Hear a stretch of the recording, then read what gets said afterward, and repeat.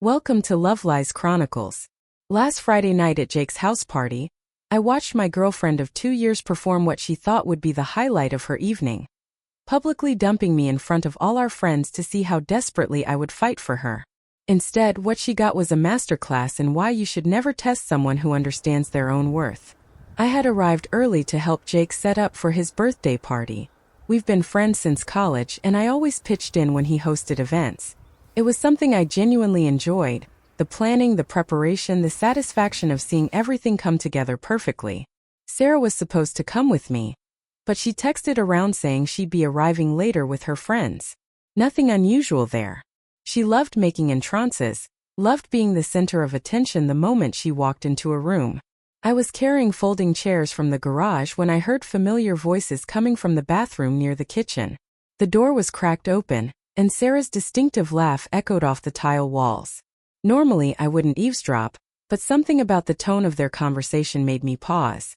Okay, so I'll say something like, "This isn't working anymore," Sarah was saying, her voice excited and conspiratorial.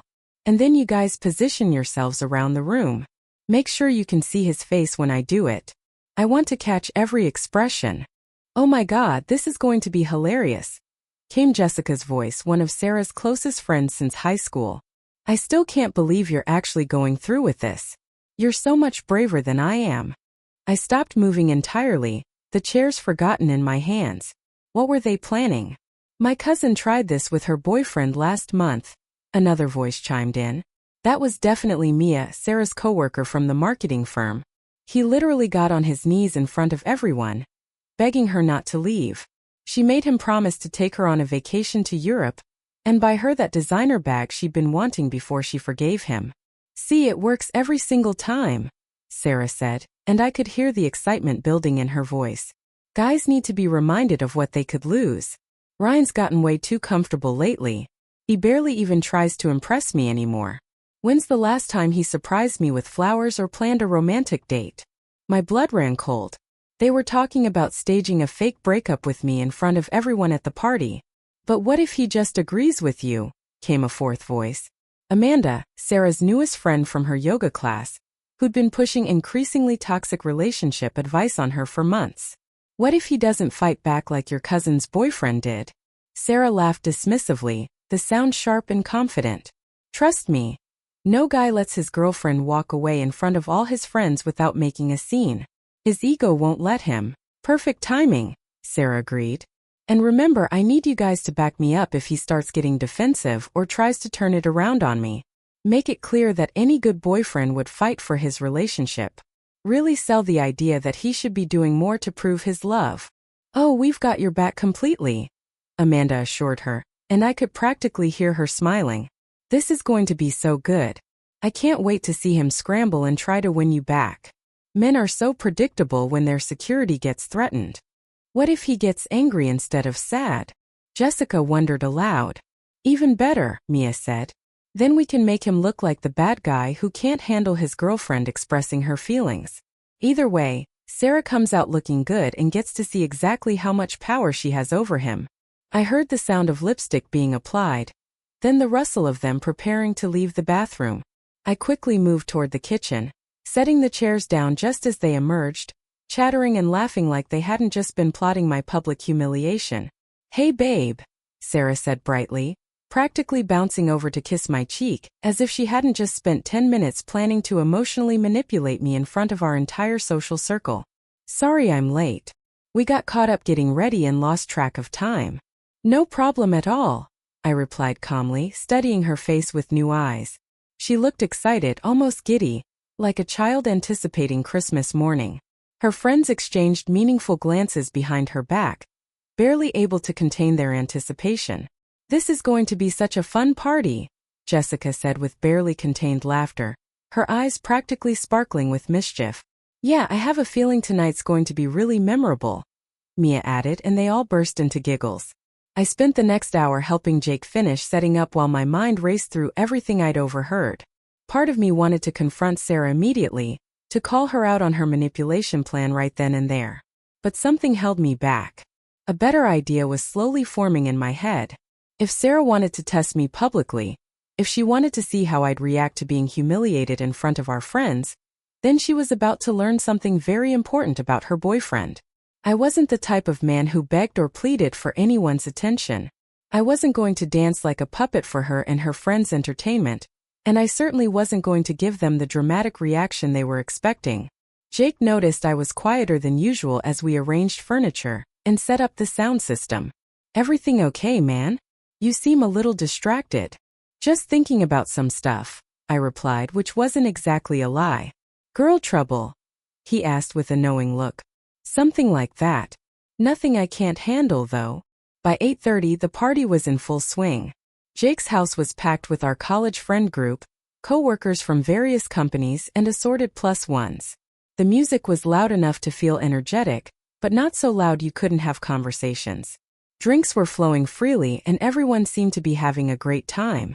Everyone except me, who was watching Sarah position herself strategically near the center of the living room, while her friends spread out around the space like actors taking their marks. I was talking to my buddy Mike about a project we were both working on when I noticed Jessica pull out her phone and start recording discreetly, holding it at an angle that would capture the area where Sarah and I were standing.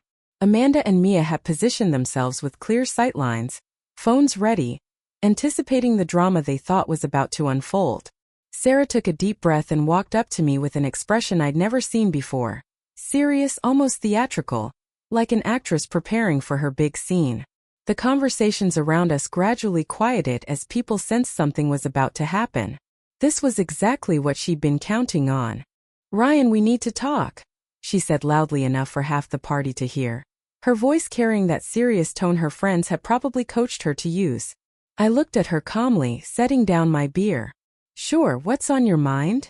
She took another deep breath, clearly steeling herself for her performance. "I've been doing a lot of thinking lately about us, about our relationship, and I don't think this is working anymore." The room went noticeably quieter, conversations trailing off as people turned to look. I could see her friends leaning in, phones positioned perfectly, anticipating the drama they thought was about to unfold. I nodded slowly, as if processing this shocking revelation for the first time. "You're absolutely right," I said simply, my voice calm and measured. Her eyes widened slightly. This clearly wasn't the script she'd prepared for. What did you just say?" "You said it's not working anymore." "I believe you. Thank you for being honest about your feelings." I pulled my keys from my pocket and set my beer down on the nearest table with deliberate precision. "I'll come by your place this weekend to get my stuff. Enjoy your freedom, Sarah." I started walking toward the front door, weaving through the crowd of stunned party guests. The silence in the room was deafening. You could literally hear the music playing, but no one was talking. "Wait," Sarah called out, her voice cracking with what sounded like genuine panic. Her composure was completely shattered. "That's it? You're just leaving?" I turned back to face her, noting that we now had the undivided attention of the entire party. Even people who'd been in other rooms had wandered over to see what was happening. "What did you expect?" I asked with genuine curiosity. "You just broke up with me. But don't you want to talk about this? Try to work things out. Fight for what we have." I could see her friends exchanging panicked looks. This was definitely not going according to their carefully laid plan. "Work what out?" I replied reasonably. "You just told me our relationship isn't working. I respect your decision and I'm accepting it. I'm not going to force someone to be with me who clearly doesn't want to be." "I thought you loved me," she said, her voice rising with what now sounded like genuine emotion rather than performance. "I do love you," I replied without hesitation. "That's exactly why I'm not going to force you to stay in a relationship that makes you unhappy. Love means wanting the other person to be happy, even if that means they're happier without you." Someone from across the room, I think it was Tom from Jake's work, called out, "Dude, aren't you going to fight for her? Try to change her mind." I looked in the direction of the voice, addressing not just Tom, but the entire room. "Fight for what exactly? She's made her choice. She's told me clearly that our relationship isn't working for her. I'm not going to beg someone to be with me who doesn't want to be. That's not love, that's desperation." Sarah's face was flushing red now, clearly realizing that her plan was backfiring spectacularly. Her friends looked desperate, probably realizing they were witnessing a disaster of their own making. Maybe we could just take a break instead, Sarah suggested weakly, grasping for anything that might salvage the situation. A break sounds like a great idea, I agreed readily. How long were you thinking? A few weeks? A month? 6 months? I want to make sure you have enough time to really figure out what you want. Her mouth opened and closed like a fish out of water. She clearly hadn't thought through any alternative scenarios beyond me getting upset and fighting to keep her. Jessica, unable to contain herself any longer and probably panicking about how badly this was going, stepped forward. Sarah, just tell him how you really feel about him. I looked at Jessica with polite interest. How she really feels about what specifically? About the relationship? About me? Jessica stammered, realizing she was making things worse. About everything. She just did tell me how she really feels, I replied logically. She said it's not working and she wants to end things. Those seem like pretty clear feelings to me. I'm not sure what else there is to discuss. Mia jumped in, clearly trying to salvage the situation. But all couples go through rough patches. This is totally normal. You just need to work harder to make her happy. This isn't a rough patch, I said, looking directly at Sarah. This is her making a conscious decision to end our relationship. And I'm mature enough to respect that decision rather than trying to manipulate or pressure her into changing her mind. The party guests were now openly staring at the spectacle unfolding before them. Some were whispering to each other, clearly sensing something was off about the whole situation.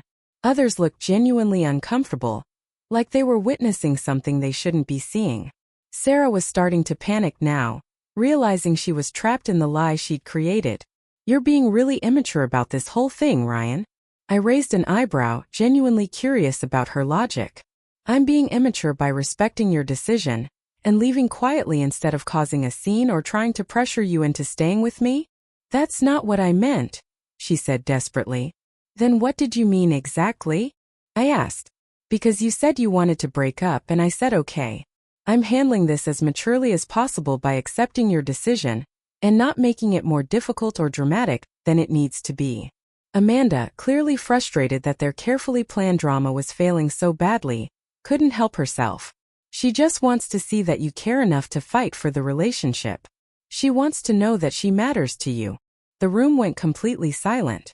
Even the music seemed quieter somehow. Amanda had just admitted exactly what this was really about. I looked at Amanda with genuine fascination. So, she broke up with me to test whether I cared about her? To see if I would fight for our relationship. Amanda's face went white as she realized what she just revealed to the entire party. I didn't mean it like that. Amanda stammered, trying desperately to backtrack, but I wasn't finished. I addressed the room at large, my voice carrying clearly over the music and stunned silence. That's really interesting, I said conversationally. Because I happened to overhear you all rehearsing this entire scenario in the bathroom earlier today. Sarah's face drained of all color. She looked like she might actually faint. The part where you plan to position yourself strategically around the room to watch my reaction, I continued.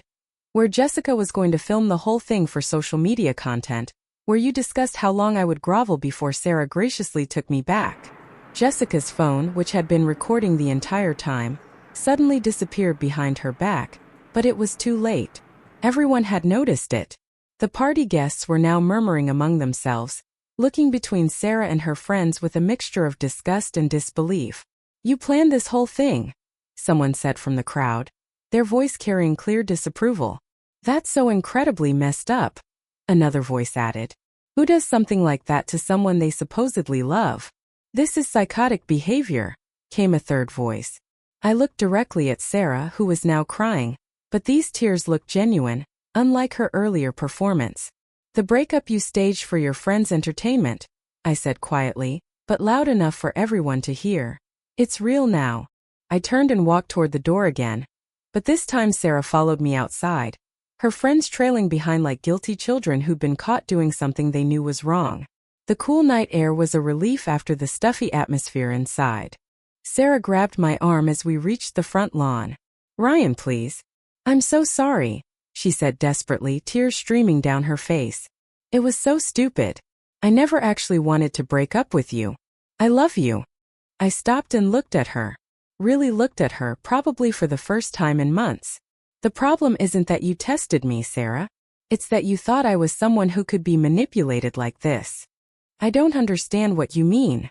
You valued your friend's entertainment more than my dignity. You were willing to humiliate me in front of everyone we know for what? Social media views? To see me beg and grovel to prove some point about your power over me. Her tears were flowing freely now, but I wasn't finished. Instead of talking to me about feeling unappreciated, you decided to stage a public breakup.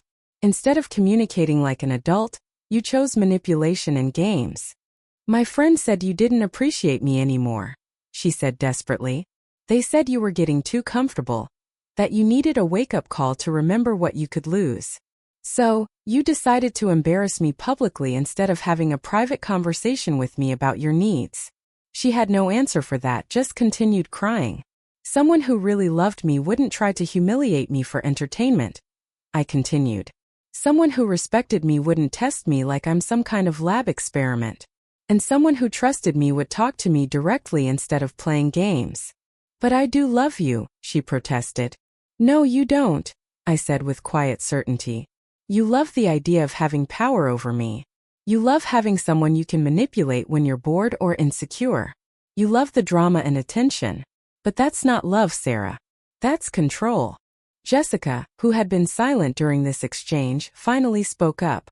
It wasn't supposed to go like this at all. I looked at her with cold amusement. What was it supposed to go like, Jessica? Was I supposed to get on my knees and beg? Promise to buy Sarah expensive gifts? Cry and promise to change everything about myself to make her happy? We just wanted to help her feel more secure in the relationship, Mia said defensively. By teaching her to be manipulative and dishonest? That's your idea of relationship security. Amanda, who had started this whole mess with her toxic advice, made one last desperate attempt at justification. Every relationship needs some testing to make sure both people are really committed. It's normal to want proof that your partner really loves you. I looked at her directly. Does your relationship need testing? Did you manipulate your boyfriend by pretending to leave him for entertainment? Does he know that you think healthy relationships require psychological games? She fell silent, unable to meet my eyes. Here's what I learned about tests tonight, I said, addressing all four of them. When someone tests you, they're telling you they don't trust you. When someone manipulates you, they're telling you they don't respect you. And when someone lies to you and humiliates you for their friend's amusement, they're telling you exactly who they are as a person.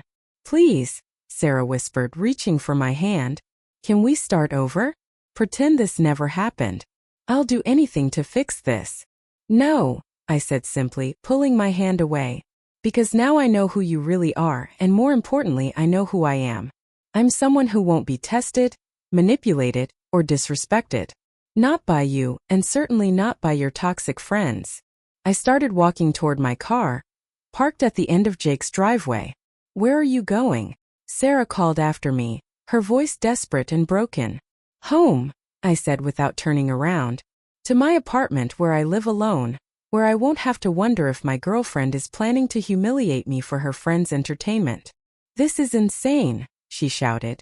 You're throwing away 2 years over one stupid mistake. I stopped and turned back one final time. This wasn't a mistake, Sarah. Mistakes are accidents. This was a deliberate choice. You spent time planning it, recruited your friends to help, and were excited about filming my reaction. That's not a moment of poor judgment. That's who you are.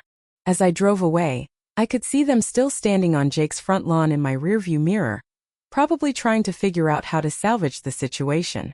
But there was nothing to salvage. The relationship was over the moment Sarah decided her friend's approval and entertainment was more important than my dignity and our trust. The next morning I woke up feeling something I hadn't felt in months. Relief. My phone was full of messages, but I ignored them while I made coffee and processed what had happened. When I finally looked, there were texts from friends who'd witnessed the disaster, offering support and expressing disbelief at what Sarah had done. Several mutual acquaintances had reached out, some wanting gossip, others genuinely concerned. But the most telling messages were from Sarah herself. The progression was almost textbook. First came the desperate apologies, then the bargaining, then anger when she realized I wasn't responding, then more apologies mixed with blame shifting. I'm so sorry, baby. I know I messed up big time. Please call me back. I can't believe you're ignoring me. We need to talk about this like adults. My friends are toxic and I'm cutting them off completely. This is all their fault for putting ideas in my head. You're being incredibly cruel by not even giving me a chance to explain. I love you so much. Don't throw us away over one stupid night. I deleted each message without responding. Sunday brought flowers to my apartment. Expensive ones, the kind Sarah knew I thought were a waste of money. The card read, I know I messed up. Give me one chance to prove I've changed. I love you more than anything.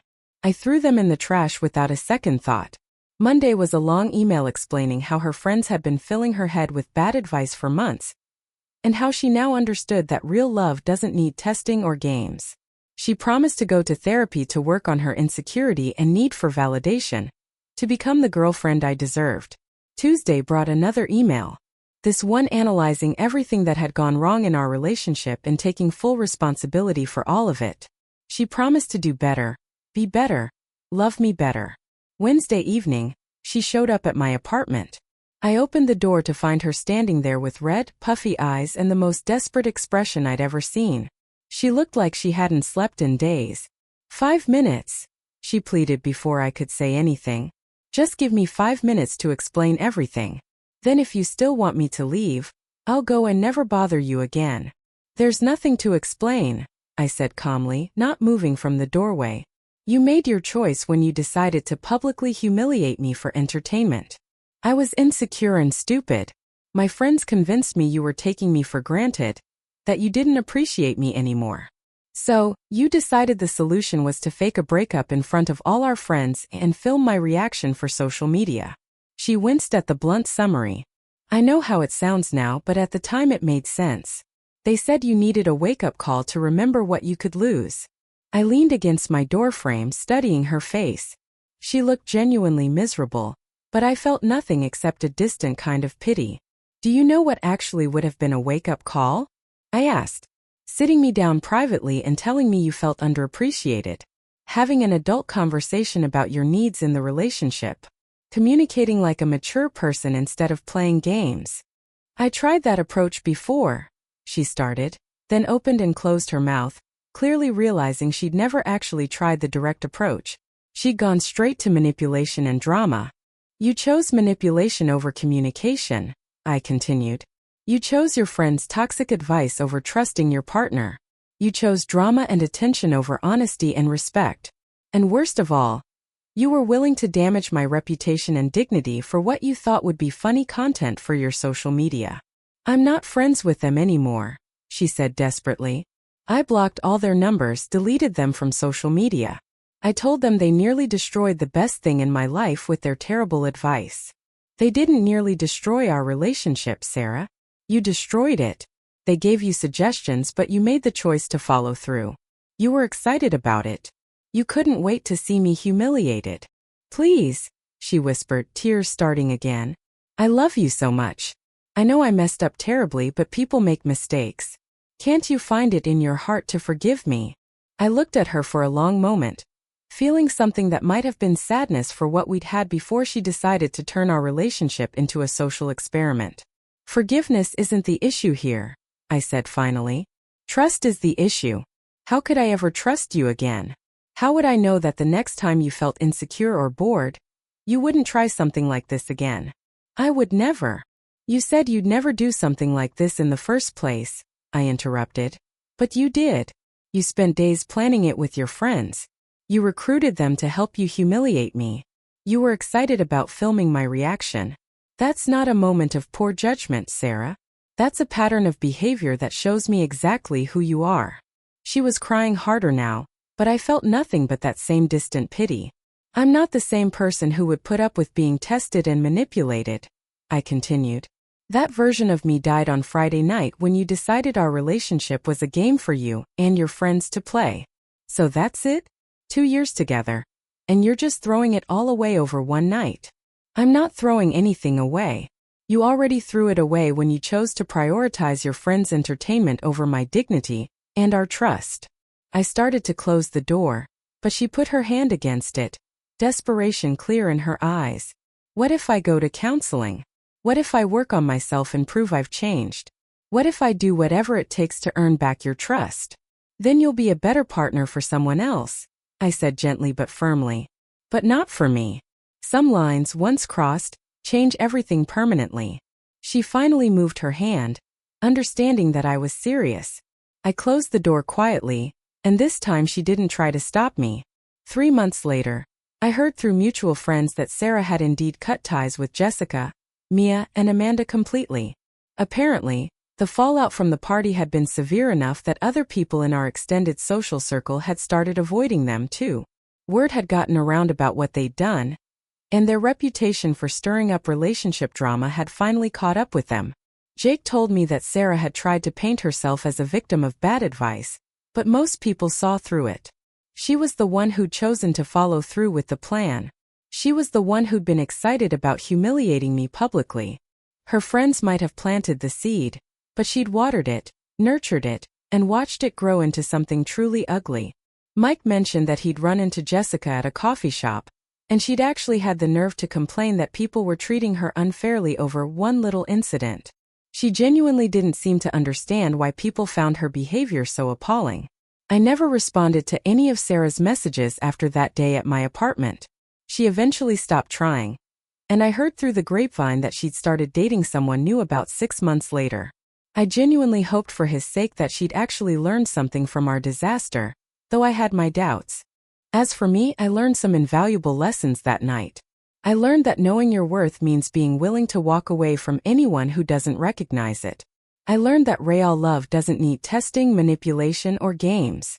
And I learned that sometimes the best way to win is to refuse to play by someone else's toxic rules. The test was over, but the lesson was permanent. Some people will try to turn your love into their entertainment, your trust into their power trip, your relationship into their social media content. The key is making sure they only get one chance to do it. 8 months after that Friday night at Jake's party, I was doing better than I had in years. I'd started dating someone new, a woman named Claire, who I'd met through work. She communicated directly, respected boundaries, and thought the idea of testing your partner was absolutely ridiculous. When I told her the story of what had happened with Sarah, her reaction was immediate and unequivocal. Anyone who would do that to someone they supposedly love doesn't understand what love actually is. That's not insecurity, that's cruelty. That's when I knew I'd found someone who truly got it. Someone who understood that real relationships are built on trust, communication, and mutual respect, not games, tests, or manipulation tactics designed to prove power or generate content. The night Sarah tried to publicly break up with me for her friend's entertainment, she thought she was testing my love for her. What she actually did was test my respect for myself, and I passed with flying colors. That moment with Claire, hearing her immediate and clear-sighted reaction, was more than just validation. It was a profound sense of relief. I had finally found a relationship where I didn't have to be on guard, where I didn't have to subconsciously brace for the next test or piece of manufactured drama. With her, everything was straightforward. If she was happy, she smiled. If something was bothering her, she would say, "Hey, can we talk about something?" It was that simple. About a year after the party, I ran into Jake at a gym downtown. We'd stayed friends, but our lives had gotten busy. After catching up on work and life, he brought up the past unprompted. "You know, I still hear about that night sometimes," he said, shaking his head as he adjusted the weight on a barbell. It became a kind of cautionary tale in our wider friend group. Apparently, the ripple effects were long-lasting. Sarah's new relationship had fizzled out after only a few months. Rumor was that her new boyfriend had caught her going through his phone, supposedly testing his loyalty after he'd mentioned a female coworker. Seemed some patterns were hard to break. As for her former friends, their little alliance had shattered completely. Amanda and Mia had a falling out over a guy they both liked, employing the same manipulative tactics on each other that they had once encouraged in Sarah.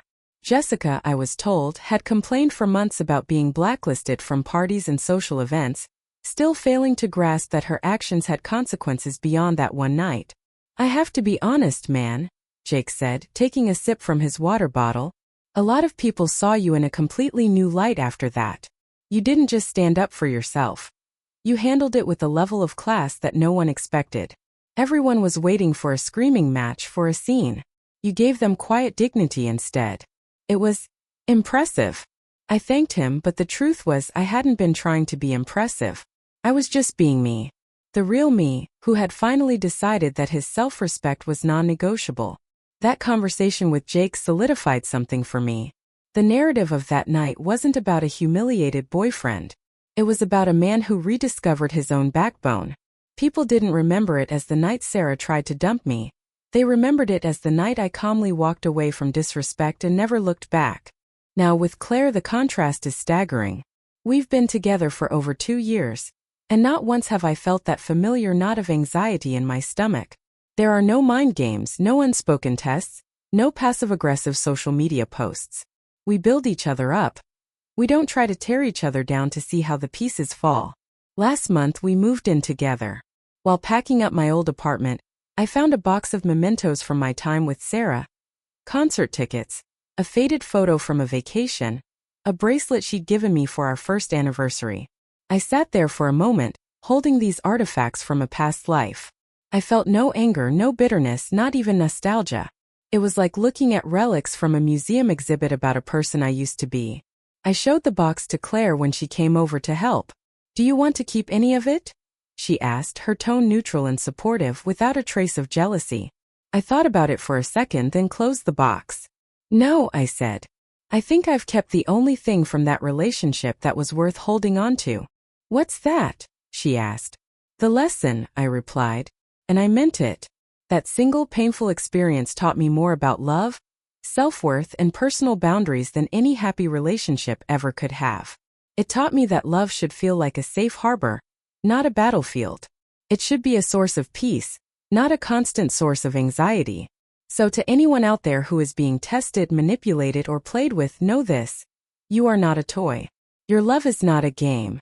Your dignity is not currency to be spent on someone else's insecurity or entertainment. When someone shows you who they are, believe them the first time. And when they try to test you, remember that the most powerful response is often not to fight back on their terms, but to simply decline to play. You reclaim your power not by winning their game, but by changing the game entirely. You change it by walking away, head held high, toward a future where you are respected, valued, and loved for exactly who you are. That is a test you pass by giving yourself a perfect score. Dear listeners, your stories and shared experiences in the comments continue to inspire this community. If this resonated with you, please like, share, and subscribe to Love Lies Chronicles for more. Your support is what makes this channel a place of healing and strength for so many. Dear listeners, please share your thoughts in the comments, and do not forget to like, share, and subscribe to the channel.